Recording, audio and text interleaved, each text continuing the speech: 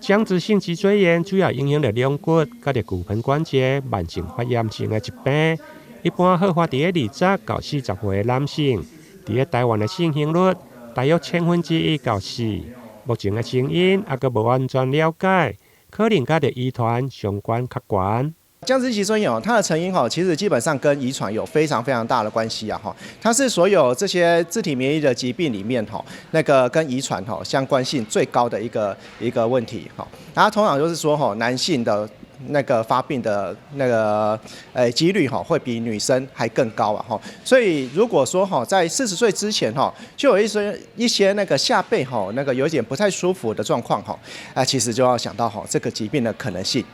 基美病院风湿免疫科的医师陈昭宇表示，僵直性脊椎炎随着病情的进展，两骨的运动范围可能会渐渐减少，造成两骨僵硬或者是变形，唔定影响到两骨，而且可能会影响全身。目前只会用靠药物来缓解。这个治疗的部分我们会分成好几个部分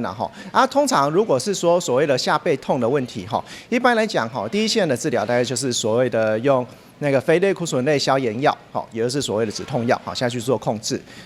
然后如果止痛药控制的效果不好然后发炎的情况一直持续的那个就是非常严重的状况，然后而且影响到那个日常生活的话其实如果符合那个条件的话，其实我们是可以使用健保去申请一些那比较昂贵的那个小分子制剂或者是生物制剂去做进一步的治疗。